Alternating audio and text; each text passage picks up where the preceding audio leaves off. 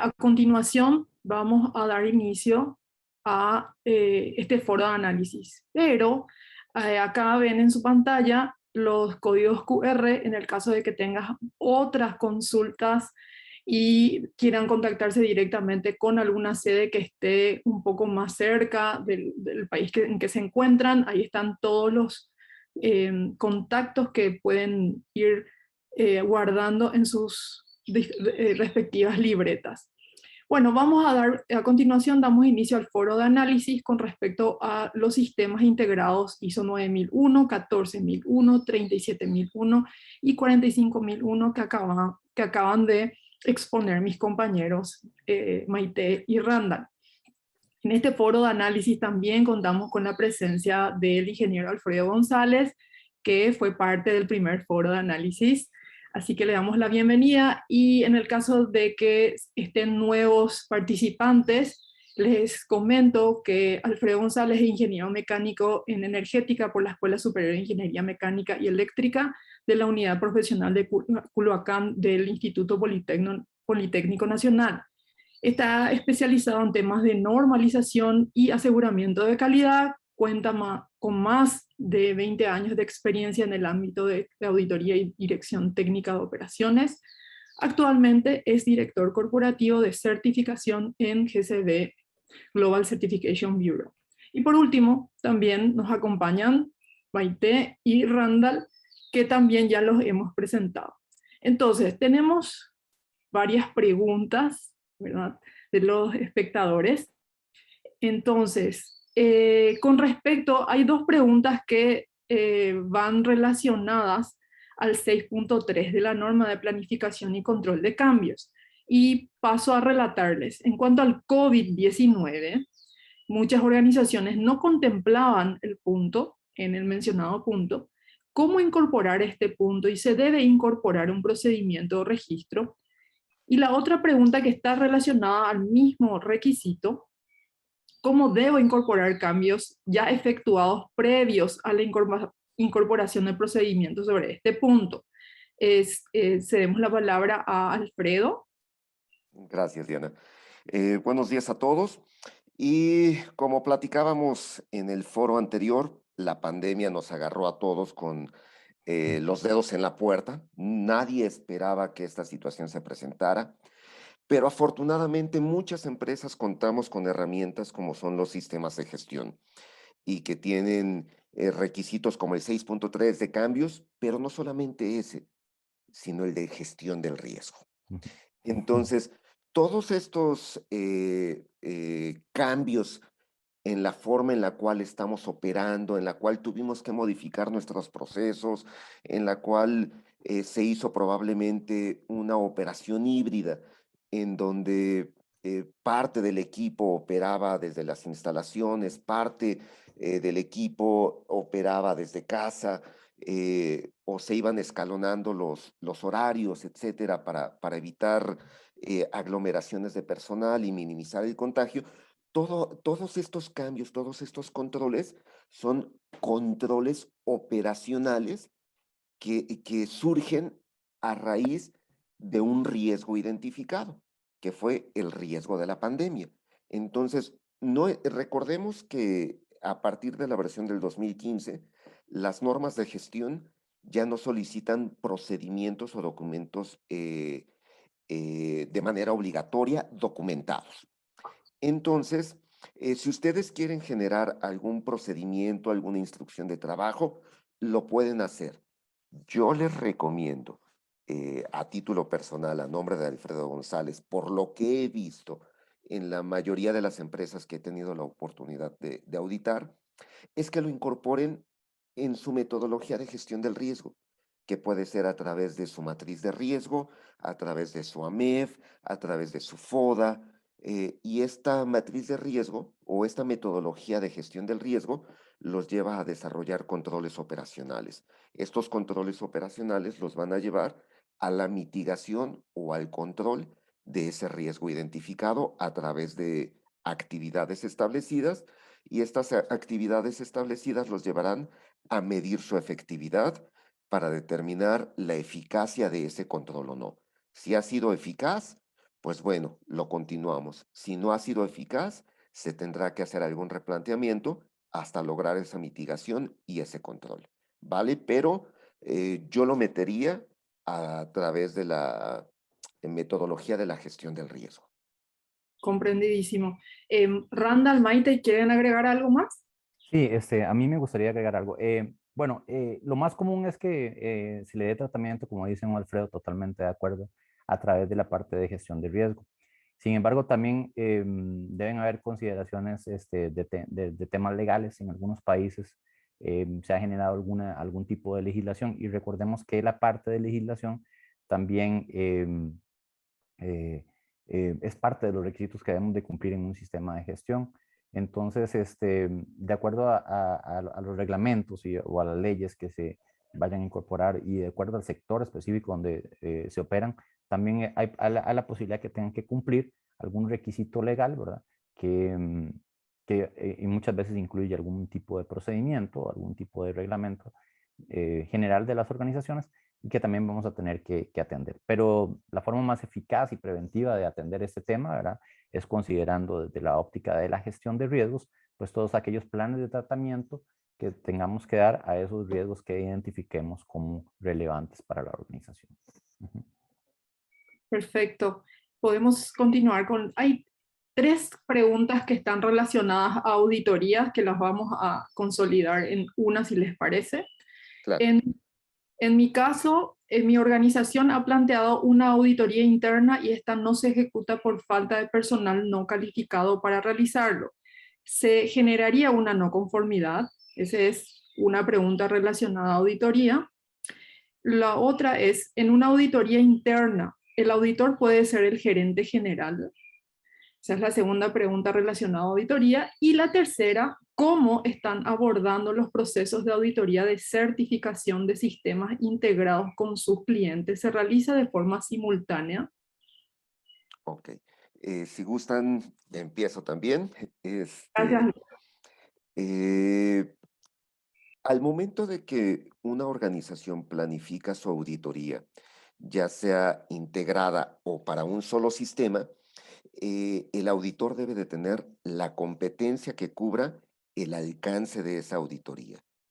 Es decir, eh, eh, si es nada más de ISO 9000, el auditor deberá de tener la competencia que la organización determinó para poder ejecutar y para poder ser considerado un auditor interno o un auditor líder. Si el alcance de la auditoría es para más de una norma, ya sea en la suma de todo el equipo auditor, deberán de contemplar la competencia de todos. Es decir, si tenemos un sistema de gestión en ISO 9, en ISO 14 y en ISO 37, no forzosamente el auditor líder debe de tener la competencia en esas tres normas, sino su equipo. Uno puede tener la competencia en ISO 9000, otro puede tener la competencia en ISO 37000, otro puede tener la competencia en ISO 14000. La suma de esas tres competencias dan la cobertura a todo el alcance. Recordemos que todo esto está sustentado en la ISO 19011 del 2018 y es lo que nos dicta esta norma. Esta norma nos dice que no forzosamente un solo integrante debe de tener la competencia de todo el alcance a ser auditado, sino la suma de todo el equipo auditor pueden considerar la competencia. Ahora, si yo mando a alguien a ejecutar un ejercicio de auditoría que no cubre con la competencia descrita, recordemos que en todo sistema de gestión hay una regla de oro, que es documenta lo que haces y haz aquello que documentaste. Si en algún momento yo dije que el auditor interno debe de tener X competencia y no la tiene, es una desviación a mi propio sistema de gestión. Y pues recordando la definición de una no conformidad, eh, esto tendría que ser clasificado como tal, como una no conformidad. Y si el gerente general puede ser un auditor interno, claro, puede serlo, siempre y cuando, pues bueno, existe el proceso de imparcialidad, él no se vaya a autoauditar y también ponderen el impacto que la alta jerarquía de una organización, pues audite a un puesto operativo. O sea, imagínense que el director general lo esté cuestionando a un personal operativo y resulta que por X situación alguien no tiene una evidencia, en lugar de que esté pensando de, chin, me va a levantar una no conformidad, el personal va a estar pensando de, chin, me va a correr. Entonces, vean ahí el impacto mediático que puede llegar a tener el que la alta dirección, en este caso la gerencia general, forme parte del equipo auditor. ¿De qué puede?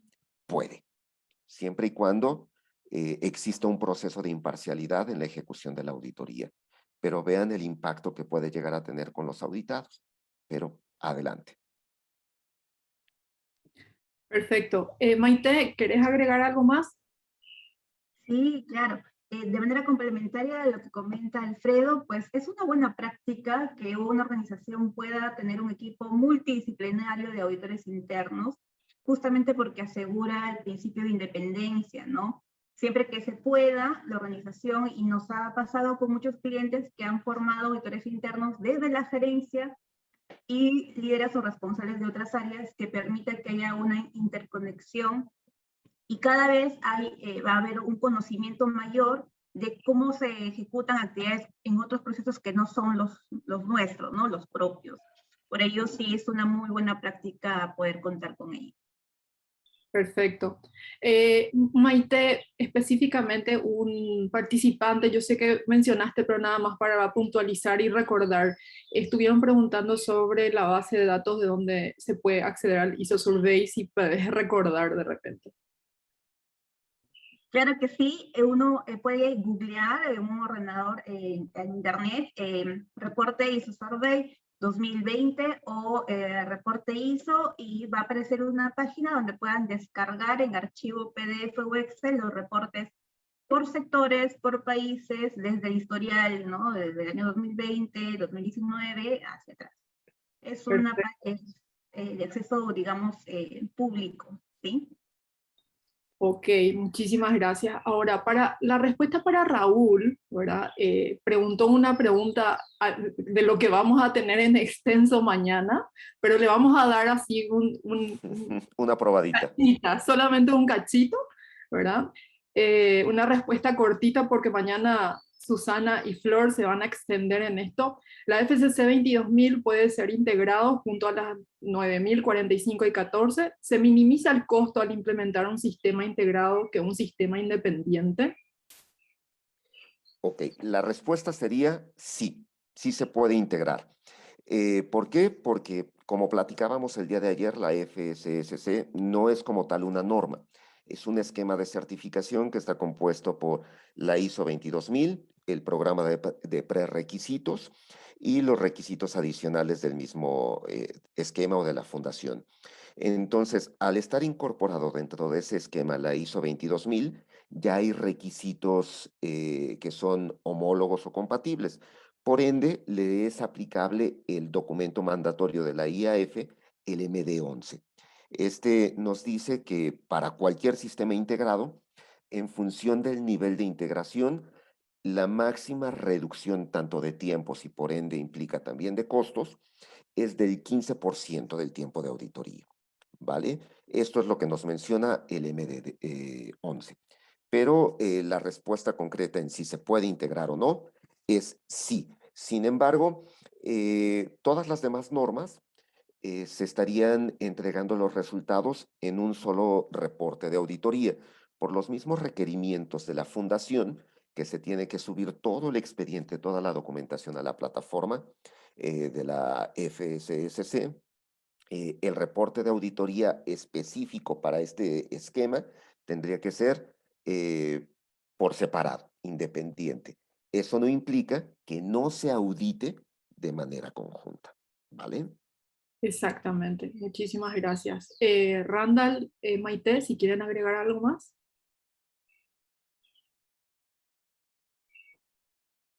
No, clarísima la respuesta de don Alfredo. Ok, Y aparte de, como dijimos, vamos a darle solamente un cachito Una para probadita. entonces Raúl se pueda conectar mañana y pueda hacer otras preguntas más interesantes.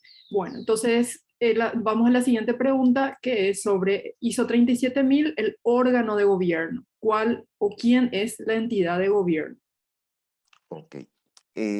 Normalmente, al escuchar el término órgano de gobierno, de manera inmediata pensamos debe de ser una dependencia gubernamental de nuestro país o de la región en la que nos encontremos. Pero si nos vamos a la definición de ISO 37000, va a ser el órgano de gobierno aquella figura que está por encima de la alta dirección.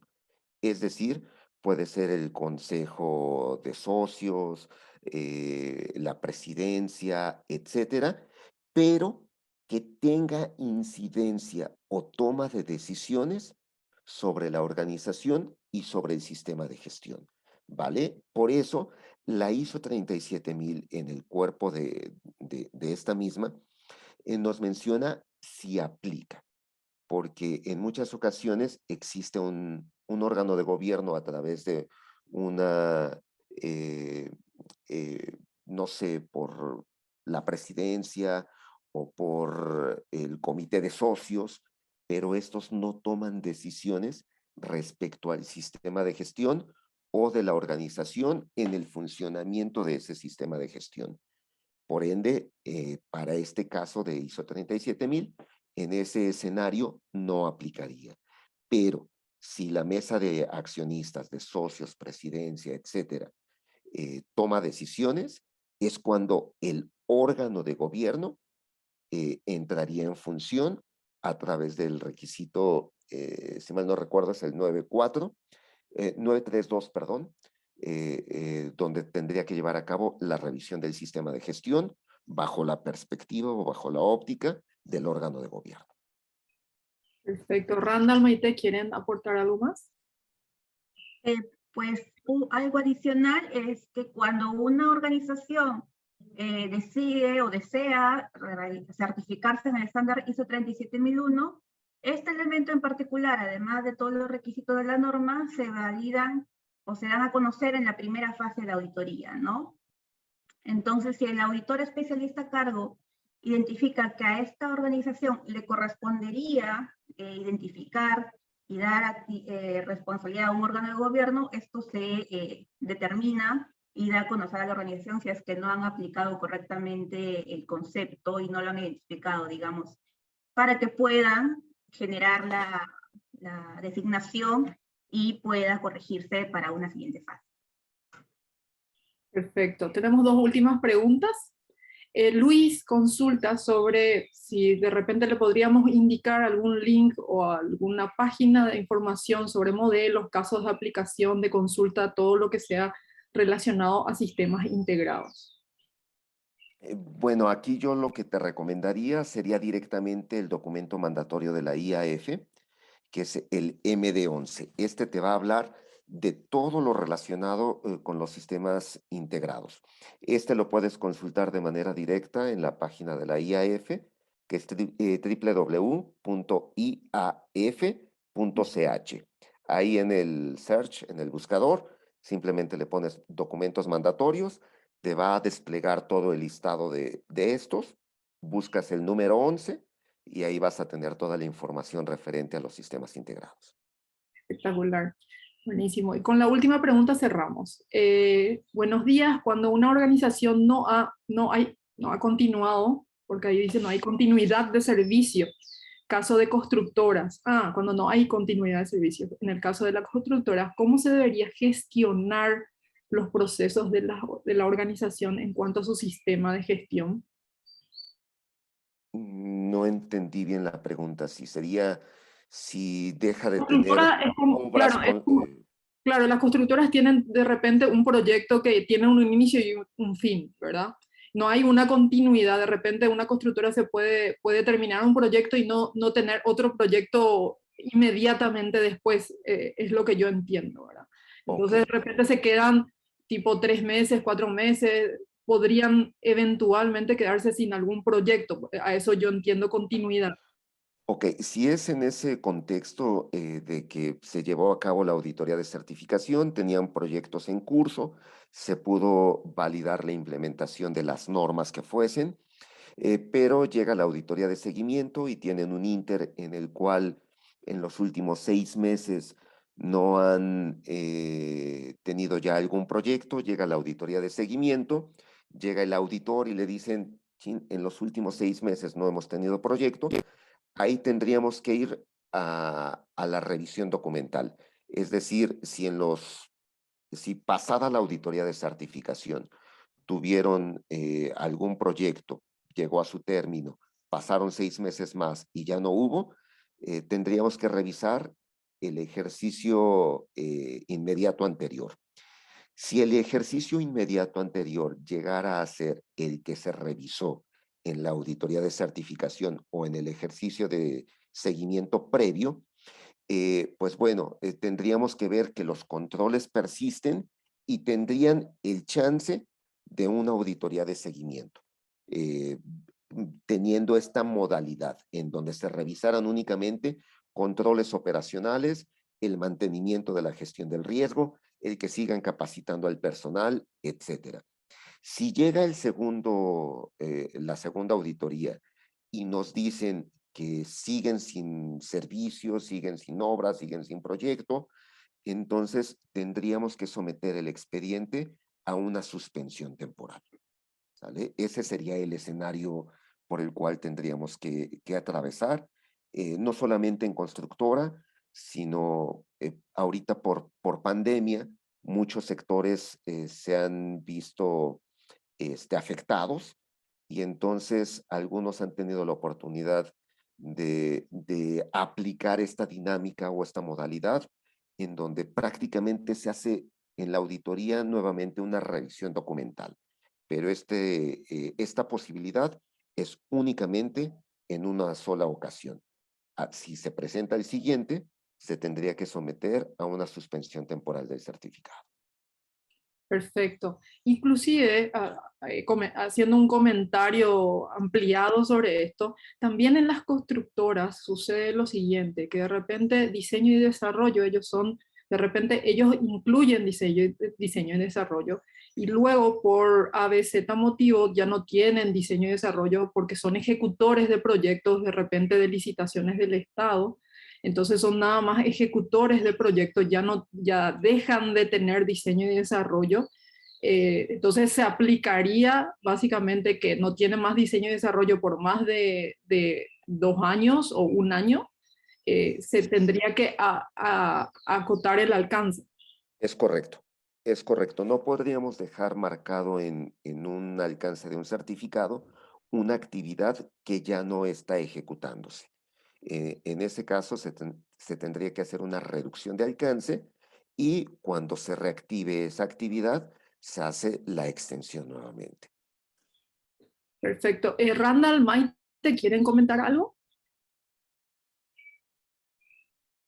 Pues nada más un comentario, pues es muy interesante porque cada característica de organización es distinta. Hemos visto el ejemplo de la parte de construcción, pero por ejemplo hay empresas productoras que están por temporadas, ¿no? Entonces, lo importante es que haya una comunicación fluida con su ente certificador para que las auditorías de seguimiento nos permitan, pues, justamente participar en el momento en que las actividades estén activas dentro del alcance de la organización, ¿no? Digamos que las auditorías de seguimiento se dan en un plazo máximo de hasta 12 meses.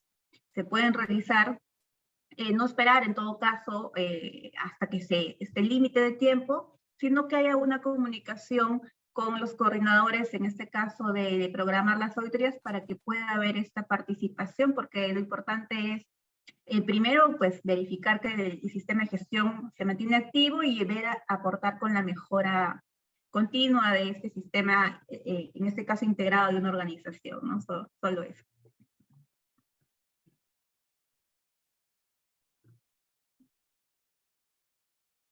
Excelente. Hay una última pregunta de último minuto, que es de Luis. Hay una pregunta emergente. ¿Existe la posibilidad de que las certificaciones sea, creo que se refiere a sea una restricción la innovación, eficacia y creatividad. Ay, no entendí bien la pregunta, perdón. O que existe la posibilidad de que las certificaciones sea una restricción la innovación, eficacia y creatividad. O sea, no, cada empresa, recordemos que toda norma de gestión nos dice el qué debemos de hacer.